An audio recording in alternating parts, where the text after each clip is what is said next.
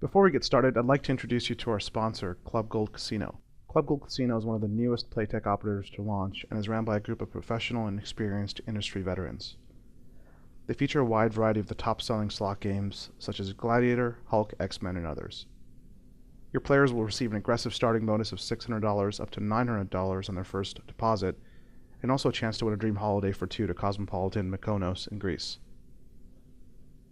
Another unique offering by Club Gold Casino is the Weekend Cashback, which gives players the chance to win 20% of the weekend house wins back.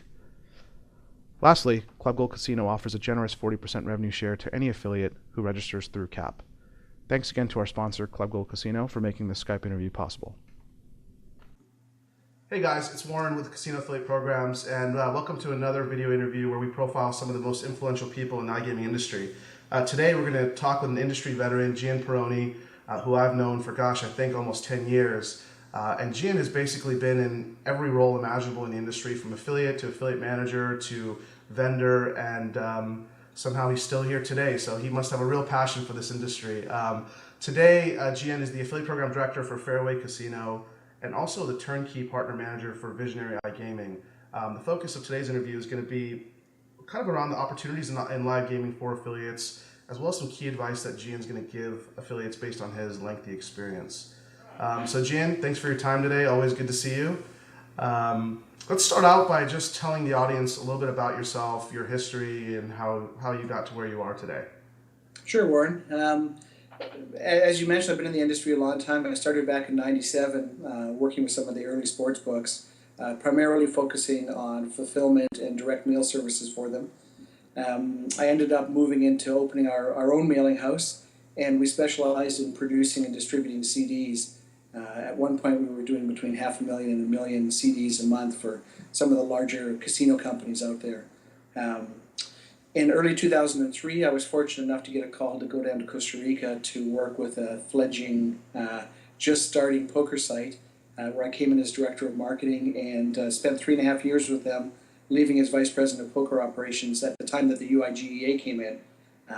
Moved back up to Vancouver, and since then I've been working with managing poker sites, working with casino sites, primarily focused on both player and affiliate acquisition and management.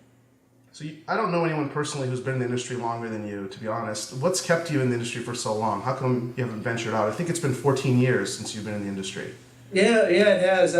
I mean, the easy answer is no boring days. It's an exciting industry, as you well know. There's always something new happening. There's always something in the news, and it's also a very dynamic industry. I mean, it's a place where entrepreneurs like ourselves can do our own thing, have the potential to make a potload of money, and do it in a way that it's a bit Wild West-ish still, and that appeals to me. So why not other industries? Well, I mean, we're talking about affiliate marketing. We're talking about the opportunity to kind of control your destiny. Why gaming versus any of the other industries? Maybe retail, travel, finance. What's really the difference for someone watching this interview? Well, personally, gaming appeals to me. I've always, I was playing poker in junior high, and my mother was a real gambler, so we used to sit around the kitchen table and try and figure out the system, how to beat the roulette table, how to beat the craps game. And needless to say, the lights are still on in Vegas. But so I had an interest in it. But when you look around the affiliate industry in particular, I don't think there's another vertical where you have the potential to make the same kind of earnings for delivering a single customer to a client. The adult industry, of course, has also been quite dynamic and exciting, but gaming industry, it's completely global. It's a little bit more acceptable, and the opportunities, like I said, are just fantastic. So our last interview was with one of the largest casino affiliates in the Netherlands.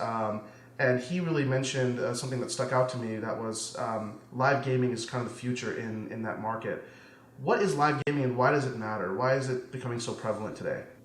Well, live gaming really focuses on primarily casino gaming. There is a little bit of poker happening right now, but basically what it means is the provision of live casino games that are dealt in front of a camera, either in a controlled studio environment or streaming from a live casino. Now, most of the software providers do one or the other. There's one in particular, ours, that happens to do both. But essentially, what it does is it helps the players with their trust. The biggest reason that I ever hear for people not gaming online is that issue of trust. They may not trust the random number generators. They may not trust the operators. So this is a way to make the actual product transparent. That makes sense. So, with that being said, what are the markets where live gaming is really popular? I mean, for example, in the U.S., I haven't seen it at all with any of the U.S.-facing casinos that still operate today. Is it a non-U.S. play? I mean, what are really the markets where it's doing exceptionally well? It is right now. Interestingly, on the U.S., I think that at the time that we start to see licensing and regulation, live gaming will become extremely popular because the people that will get the first licenses are the larger land-based operators, and for them to install cameras on their tables they're already there. It's a very simple process for them to stream on. Right now, though, you're absolutely right. The market is outside of the U.S. The U.K. is the single largest market. All of the Western European countries are very, very strong. I mean, to be honest, in the last couple of months, we've seen deposits from over 50 different countries. So, everything south of Mexico has had depositors, but and Greece, of course, is really big. Some of the Eastern Bloc countries are starting to come online. But yeah, UK first, France probably second, and then the rest of the Western European countries are the primary markets. And how about Asia? I know in Asia, live gaming is a hot topic, and Asian players are very big on it. What's happening in Asia as far as online live gaming goes? Well, the Asian market is interesting because there hasn't been the same degree of success there. There's been a few companies that have gone in there. The Asian market, of course, when we talk Asia, it's such a wide market that I don't want to put everybody into the same boat. But Baccarat, of course, is the largest game, and it's perfect for a live streaming game. We don't see the same kind of action with roulette. We don't see the same kind of action with blackjack. But both Baccarat and Pai Gow are fantastic games for live streaming. And I think we're going to see more and more acceptance in those markets, especially and obviously those ones that are able to process. So you think it's basically a processing game today? I mean, if there's more available processing, obviously with China and markets such as China, processing is the number one issue. So once that challenge is alleviated, you believe that live will become much more popular. Yeah, the processing and obviously the regulation. What we've seen recently over in Asia is that the regulating bodies, the governments have treated transgressions somewhat more harshly in a lot of cases. So I think people are nervous about getting into the market, China in particular, until such time as it's a little bit clearer picture. We have seen players coming in from obviously from places like Macau and Hong Kong, but mainland China, processing is the biggest issue, and it's not an area that we ourselves are pushing into right now. As far as acquiring depositors for live gaming, I mean, should affiliates be doing something differently? Should they be using different marketing methods, or is it the standard, promote the bonus, et cetera, game to acquire live gaming players? And I guess my second question to that is, we talked about what live gaming players care about in terms of the trust, but is there anything else that affiliates should know specifically when going out and trying to acquire depositors? Yeah, first of all, I think the most important thing for affiliates to understand is that with a proper live gaming casino, a good software provider, you should see higher conversions, significantly higher conversions, and you should see better player retention, which of course translates into higher lifetime value for players. So it behooves you as an affiliate to have a live gaming section if you don't already have one, to add live dealer content, to blog, to post, to add to your forums information about live dealer games, because players are interested. We talked about the trust earlier that is inherent in that. It allows you to get a more mature demographic. Roulette is certainly by far the number one game and the most popular there. So it allows you to go after an audience with a game that has a decent house expectation, provides affiliates with good long-term revenue. So from an affiliate standpoint, pick your software provider carefully, but then go out and try and learn and put as much information about that as possible. It'll take a while as this part of the industry is building, But again, the players that are coming in, we're seeing incredible conversion rates and really, really, really good retention. So when you talk about like marketing tools, for example, obviously most casino affiliate programs will give your banners, your email creatives, your landing pages, etc. Because this is live gaming, I mean, are there such things as maybe interactive creatives that showcase that it's live gaming? I mean, how does a player know if I'm an affiliate and I'm #1 in Google for online casino and I want to promote live? I can create a live gaming section, but how does the player actually know that the offer is for live gaming? Is there anything different that live gaming casinos are doing? Well, there are some live gaming casino operations that are providing, short demos, etc., over to affiliates. But to me, the most important thing is for players to be directed to the sites to play the games for free, to try the demos. So, for example, on our site, you can go to any of the demo games. You can play them for as long as you like. You can interact with the dealer. You've got that chat functionality, that was made so popular with poker that players like. It's something to be experienced, and I think that once players have the opportunity to experience, whether it's on the affiliate site or over onto the actual operator site, that's when the hook is set. Once they realize that it's the same game, but now they can see the spin of the wheel, they can see the turn of the card, they can interact with the dealer. The dealers should be, and on most of the sites, are professionally trained, well supervised, professional casino equipment.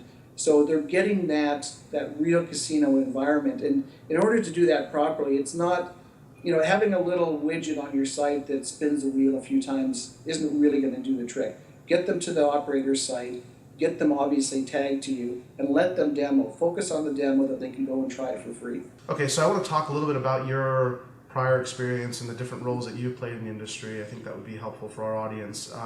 Obviously, you've been both an affiliate and an affiliate manager, amongst other roles.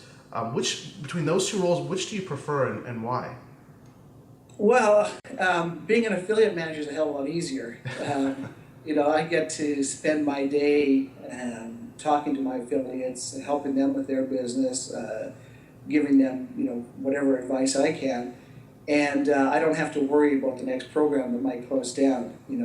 As we talked about before we started the interview, it's challenging times for affiliates right now. It's challenging times for operators, and for affiliates that have built themselves a business, I have fantastic respect for them.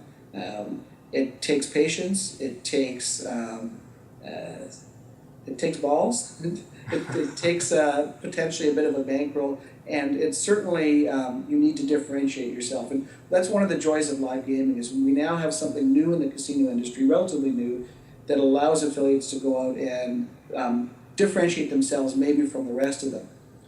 As an affiliate, I've had the same challenges everybody has, which is, again, trying to cut myself away from the herd. And it's certainly a lot more work than being an affiliate manager. Yeah, definitely.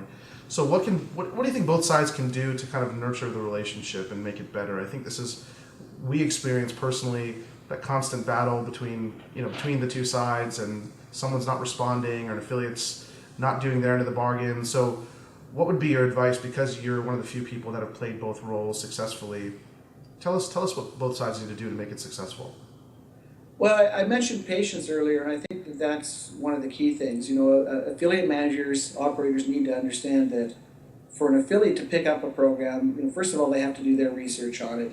They need to allocate the real estate, they need to allocate the resources, they need to design a campaign around it, and coming out with an affiliate promotion that says, for the first 30 days, we're going to give you 100% really doesn't make a difference, because it's going to take some time. So the affiliate managers need to be patient. They need to understand that a good partner needs to learn about their business and then take the time to promote it. On the flip side, the affiliates also need to have patience, and they need to understand that coming in to me as an affiliate manager and immediately demanding the highest level of compensation or higher, asking me for outrageous CPAs without having even turned on the program, is a little disconcerting, and it doesn't really start a relationship off properly. So if both partners realize that they are in a partnership, the success of one leads to the success of others, I think the relationships go a lot better. So who's the real winner here?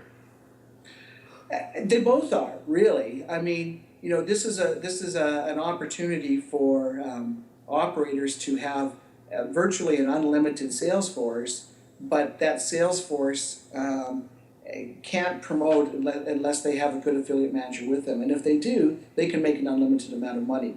So it's a win-win situation. It really is. You know, I always hear from the operators that I know, and I probably know over 100 affiliate managers personally at a variety of different groups, that the affiliates are always the ones making more money than the operator. Is that true? Is that, I mean, just... Absolutely. Let me qualify that by saying successful affiliates are. Yes.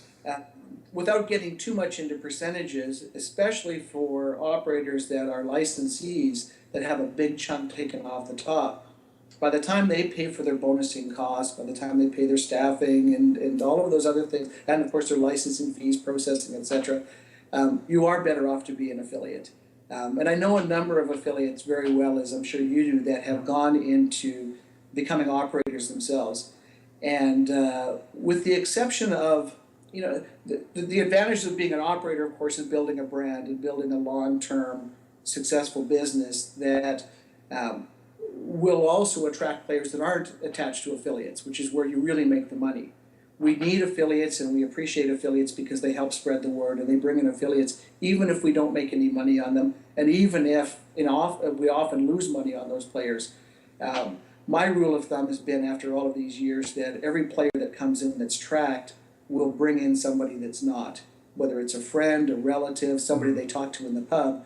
So the cost of being able to afford affiliates is it's affordable because of that part of it. So you've written an article for us before on CAP talking about the various compensation models that affiliates should be looking at. I mean, what are compensation models that exist and why are they important? Okay, well, I mean, there's two very standard compensation models that we're all familiar with, and a third one that is starting to gain more and more acceptance.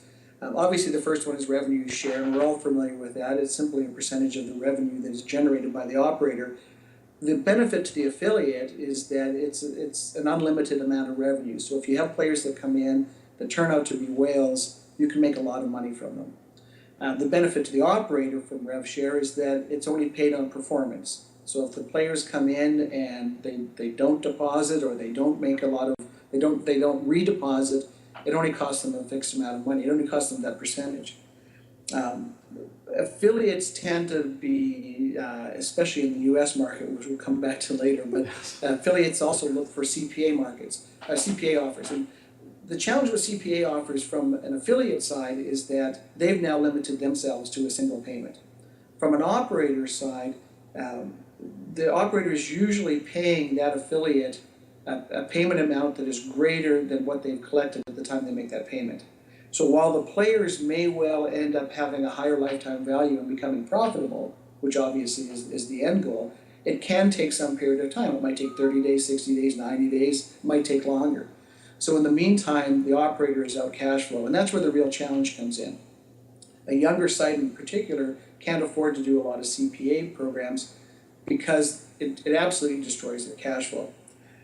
The third model, which I like, and as an affiliate, which I always angle for, is a hybrid model, where I'll take a smaller CPA and then an ongoing revenue share. That way I've got the CPA that covers my fixed costs. Let's say it's a $50 CPA, and then maybe I'll get a 20 or 25% rev share.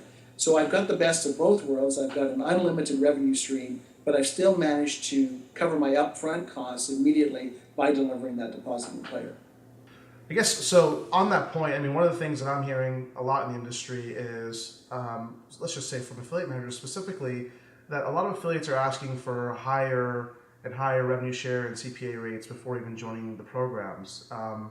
Obviously, I can understand the affiliate's perspective, and I've talked to many of them about that, but what are your thoughts on this? Well, it's definitely out of hand, and coming in, especially to a younger program and looking for $250, $300, $350 CPAs or higher, frankly, I think it's ridiculous. I don't think it's very healthy for either partner, and I think what ends up happening is you encourage operators to either limit the amount of players that you can send to them or potentially hide some of that traffic. And while I don't think that's a particularly big problem, we've all heard about those problems in the past. if you're driving traffic and you're asking more than the operator can afford, it's still tempting for the operator to say, yeah, I want that traffic. We all want depositing players. But now all of a sudden there's this temptation to say, well, this affiliate, he delivered me 100 players. I got to send him $3,500 or $35,000. I just don't have that cash flow right now. So I think it's much more reasonable to either look at that hybrid or just say, okay, we have a relationship that we need to build. We need to start sending players. We need to look at what the actual player value is. So let's send that first group of players. Let's see what happens to those. And then let's work with our affiliate manager to come up with a CPA that's affordable and that's reasonable and that still makes me as an affiliate money, but still makes the operator comfortable to do business with us. It seems reasonable. It's a little tougher to have that conversation sometimes with affiliates. Yeah, I think a lot of affiliates today are just concerned about, as you said earlier, operators going out of business, or because of the squeeze in margins, maybe operators not doing the right thing in terms of tracking. So there's definitely the affiliate side of the story as well. But it's interesting to hear from you that the sense behind it from an operator standpoint. So thank you for that. Talking about the U.S. a little bit, if you don't mind. I know you have some lengthy experience with that market in your prior days. What advice could you give affiliates who are still heavily vested in the U.S. market? I mean, a lot of these affiliates are wondering, should I be doing just CPA deals now? Should I maybe switch to CPM where it's just a media buy? There's the legal question mark, but more importantly, with programs like BCP and casino coins leaving the market, I mean, you're talking about some very major hits that these affiliates are taking. However, they're still ranking and they're still getting traffic in the U.S. market. So what should they be doing? Well, as an affiliate myself, CPA, for sure. CPA or worst case, a hybrid. I think it would be naive of us all to think that what's happening in the U.S. is finished. If the U.S. truly wants to clean up that market, I think that there's going to be more action taken. So as an affiliate, I would be a little bit nervous, and I certainly would be trying to blend my business between U.S. and non-U.S. From a long-term strategy standpoint. Legally, we haven't run into problems after all of these years, after 15 years of online gaming and promotion by affiliates in the U.S., there's been one or two cases where an affiliate has been looked at for generating rev share or CPA traffic as opposed to CPM. And it hasn't really amounted to much of concern. It's arguable that certainly a CPM deal or even a CPA deal is safer because now you can just say, look, all I did is bring in a customer, I got paid. Rev share does maybe cross those lines of saying, okay, now you're participating in the actual revenues that are generated. But if you're a non-US affiliate, don't worry about it at all. And if you're a U.S. affiliate that's doing business in the U.S. and non-U.S., again, it would be an extreme shock if anybody ever knocked on your door.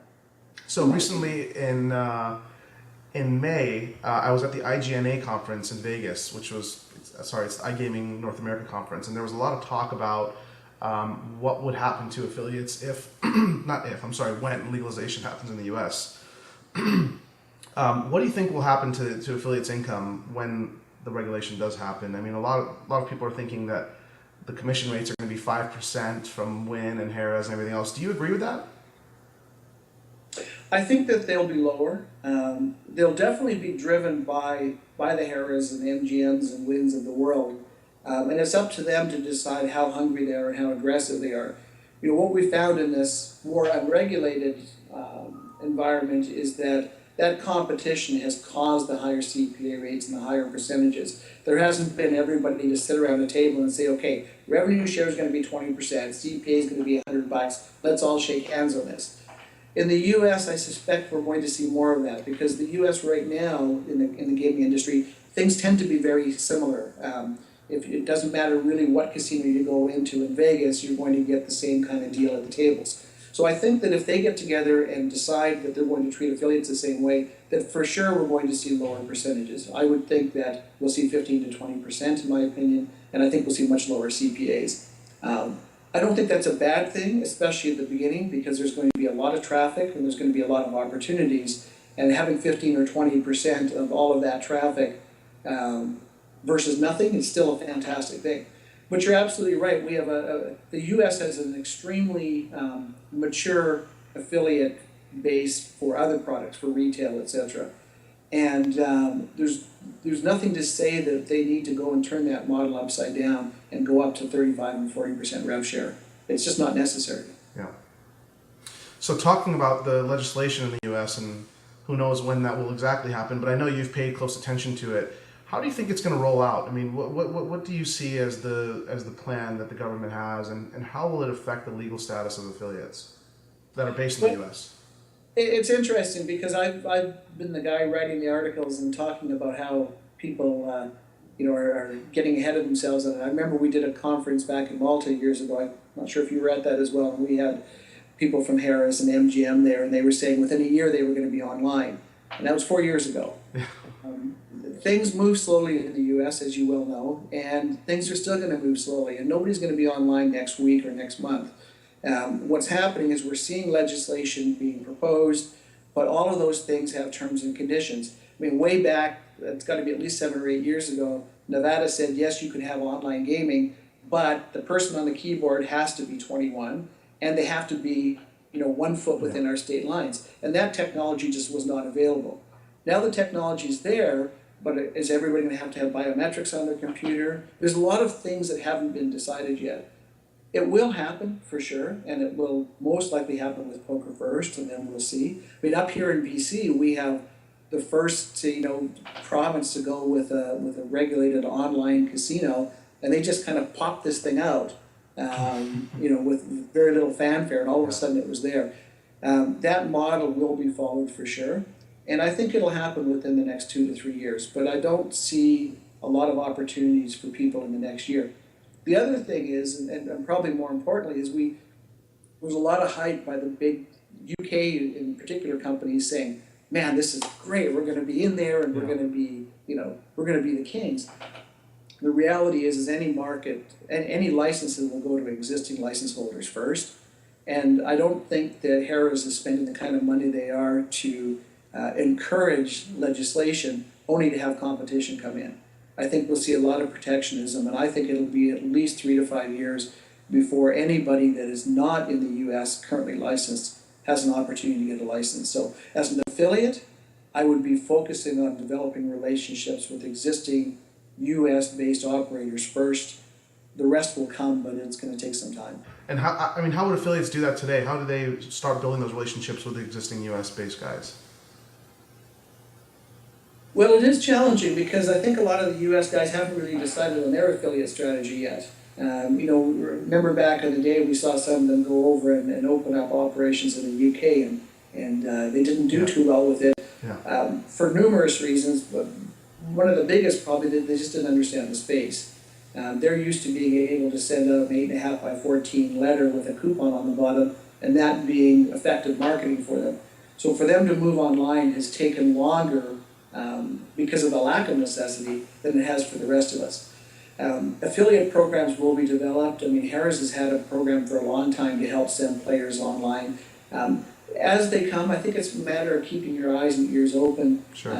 All of us as a group trying to influence the interest in having an affiliate program. They're not dumb. They know affiliates are going to be an important part of their business. But yeah, it's still early days, and it's tough for us to get our foot in the door right now. Build content. Start looking at URLs. Start looking at ways to promote those sites in advance of them going online. And I guess lastly, any advice that you can give affiliates? Again, you've been in the industry a long time. People who are just starting out as an affiliate themselves, or maybe they're sort of in the intermediate stage. What advice can you give them based on, again, your experience and other really successful affiliates that you know and work with? Well, again, I mentioned earlier differentiating yourselves. You need to be the purple cow. You need to stand out a little bit. So look for niches. Look for things like live gaming. Look for new opportunities coming up, whether it's a U.S. market, whether it's focusing on a particular vertical. Build lots of content, and I strongly recommend that you spend time on affiliate sites like yours. Spend some time getting to conferences if you can. Meet people. Affiliates, for the most part, are very happy to share their knowledge. And if you can get out and meet other people in the business, that's the fastest way to grow. Perfect. Well, thanks for your time, Gian. It's been great. For anyone who has questions for Gian, please send an email to interviews@casinoaffiliateprograms.com, and we'll be happy to forward those on. Other than that, stay tuned for future interviews with iGaming industry leaders. Take care.